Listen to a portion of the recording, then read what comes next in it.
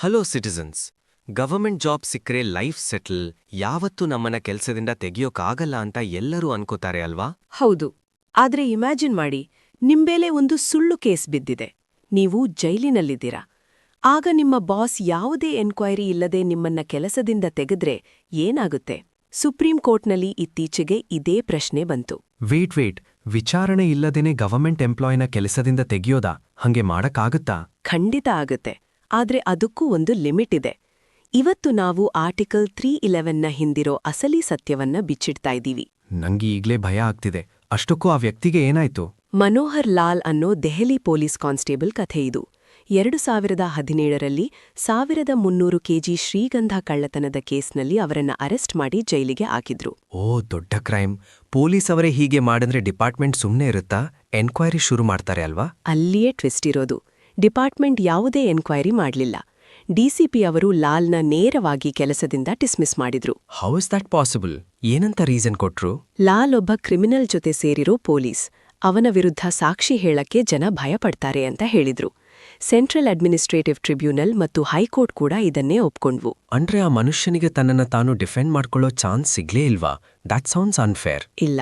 ಅದಕ್ಕೆ ಅವರು ತಮ್ಮ ಕೊನೆ ಹೋರಾಟಕ್ಕೆ ಸುಪ್ರೀಂ ಕೋರ್ಟ್ ಮೆಟ್ಟಿಲೇರಿದ್ರು. ಅಲ್ಲಿ ಶುರುವಾಯಿತು ನೋಡಿ ಅಸಲಿ ಆಟ. ಸೊ ಸುಪ್ರೀಂ ಕೋರ್ಟ್ನಲ್ಲಿ ಏನಾಯ್ತು? ಡಿಪಾರ್ಟ್ಮೆಂಟ್ ಮಾಡಿದ್ದು ಸರಿ ಅಂತ ಅವರೂ ಹೇಳಿದ್ರಾ? ಇಲ್ಲ. ಇಲ್ಲಿ ಸಂವಿಧಾನದ ಆರ್ಟಿಕಲ್ 311 ಒಂದು ರಕ್ಷಾ ಕವಚದ ತರ ಕೆಲಸ ಮಾಡುತ್ತೆ. ಯಾವುದೇ ಗವರ್ಮೆಂಟ್ ಎಂಪ್ಲಾಯಿಯನ್ನ ಪ್ರಾಪರ್ ಎನ್ಕ್ವೈರಿ ಇಲ್ಲದೆ ಡಿಸ್ಮಿಸ್ ಮಾಡೋ ಹಾಗಿಲ್ಲ ಅನ್ನೋದು ಜನರಲ್ ರೂಲ್.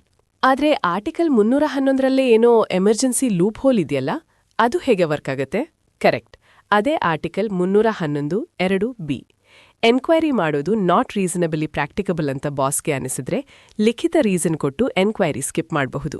ಸೊ ಬೇಸಿಕಲಿ ನೀವು ಹೇಳ್ತಿರೋದು, ಬಾಸ್ಗೆ ಇಷ್ಟ ಬಂದಾಗ ಯಾರನ್ನಾದ್ರೂ ಕೆಲಸದಿಂದ ತೆಗೆದು ಸಾಕ್ಷಿಗಳಿಗೆ ಭಯ ಅಂತ ಸುಮ್ಮನೆ ಬರೆದ್ಬಿಡ್ಬೋದಾ?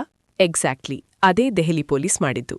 ಆದ್ರೆ ತುಳಸಿರಾಮ್ ಪಟೇಲ್ ಅನ್ನೋ ಲ್ಯಾಂಡ್ಮಾರ್ಕ್ ಜಜ್ಮೆಂಟ್ನಲ್ಲಿ ಸುಪ್ರೀಂ ಕೋರ್ಟ್ ಹೇಳಿತ್ತು, ಇದು ರೀಸನಬಲ್ ಮ್ಯಾನ್ ಸ್ಟ್ಯಾಂಡರ್ಡ್ ಮೇಲೆ ಇರಬೇಕು ಅಂತ. ಹೋಲ್ಡ್ ಆನ್, ಅಂದ್ರೆ ಬರೀ ಬಾಸ್ನ ಕಲ್ಪನೆ ಅಥವಾ ಊಹೆ ಆಧಾರದ ಮೇಲೆ ಡಿಸ್ಮಿಸ್ ಮಾಡೋ ಹಾಗಿಲ್ಲ, ಹೌದಾ? ಹೌದು. ಬಾಸ್ನ ಇಪ್ಸೆ ಡಿಕ್ಸಿಟ್ ಅಂದ್ರೆ ಕೇವಲ ಅವರ ಮಾತೆ ಅಂತಿಮ ಅಲ್ಲ. ಲಾಲ್ ಪರ ಲಾಯರ್ ಒಂದು ಲಾಜಿಕಲ್ ಪಾಯಿಂಟ್ ಎತ್ತಿದ್ರು. ಅದನ್ನ ಕೇಳಿದ್ರೆ ನೀವೇ ಶಾಕ್ ಆಗ್ತೀರಾ. ಕಮಾನ್, ಇನ್ನೂ ಸಸ್ಪೆನ್ಸ್ ಬೇಡ. ಏನದು? ಲಾಲ್ ಆಲ್ರೆಡಿ ಜೈಲ್ನಲ್ಲಿದ್ರು.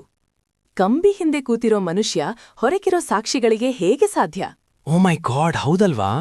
ಮನುಷ್ಯ ಜೈಲ್ನಲ್ಲಿರುವಾಗ ವಿಟ್ನೆಸ್ಗಳಿಗೆ ಹೆದರಿಸ್ತಾನೆ ಅನ್ನೋದು ಎಷ್ಟು ಸಿಲ್ಲಿ. ನಾನಿದನ್ನ ಯೋಚನೆ ಮಾಡ್ಲಿಲ್ಲ. ಸುಪ್ರೀಂ ಕೋರ್ಟ್ ಇದನ್ನೇ ಪಾಯಿಂಟ್ ಔಟ್ ಮಾಡ್ತು. ಪೊಲೀಸ್ ರಿಪೋರ್ಟ್ನಲ್ಲಿ ಒಬ್ಬ ವಿಟ್ನೆಸ್ ಕೂಡ ನನಗೆ ಲಾಲ್ ಕಡೆಯಿಂದ ಬೆದರಿಕೆ ಇದೆ ಅಂತ ಹೇಳಿರ್ಲಿಲ್ಲ.